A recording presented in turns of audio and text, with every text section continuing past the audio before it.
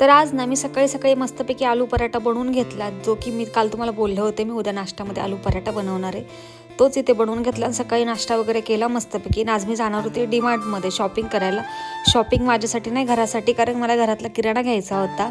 पण त्याच्या अगोदर घरात ते जे मी सगळे कपडे धुवून ठेवले होते त्या मस्त घड्या वगैरे घालून कपड्यात ठेवून दिले, जेणेकरून तिकडनं मी आल्यावर जास्त थकलेली जरी असेल ना तर माझं काम थोडंफारच मी ठेवून गेले ते.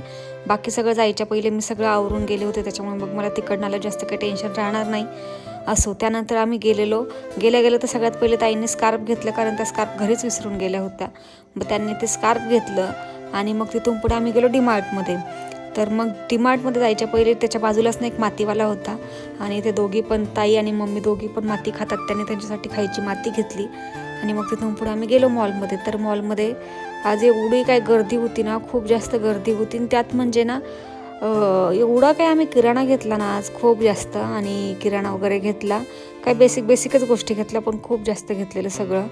आणि छोटं मोठं पण घेतलं, जे की आपण दुकानात गेलो आपल्याला भेटत नाही, जे मॉलमध्ये भेटतं. आणि मॉलमध्ये आपण जातो छोट्या गोष्टी घ्यायला, पण खूप जास्त बिल होऊन जातं. असं आज मी खूप जास्त साहित्य घेऊन आले. तुम्हाला इथे माझ्या बॅगी बघून तर समजतच असेल, आम्ही तिथेच गोण्या घेतलेल्या, कारण खूप जास्त सामान झालं होतं आमच्याकडे. मग तिथून साहित्य वगैरे घेऊन घरी आले. त्यातलं मी काही काढून खात होते आणि एका साईडला मी काम पण आवरत होते, माझं असं काहीतरी चाललं होतं. मग त्यातच ऋषभ पण आला, त्याला पण सांगत होते मी असं घेतलं, कितीला घेतलं, काय सगळं आमचं चाललं होतं. त्यानंतर देवपूजा वगैरे केली संध्याकाळी मस्तपैकी, दरवाजाला अगरबत्ती वगैरे लावून घेतली. सो असा होता माझा व्हिडिओ. आवडला तर लाईक करा आणि सबस्क्राईब करायला विसरू नका. Bye, stay tune.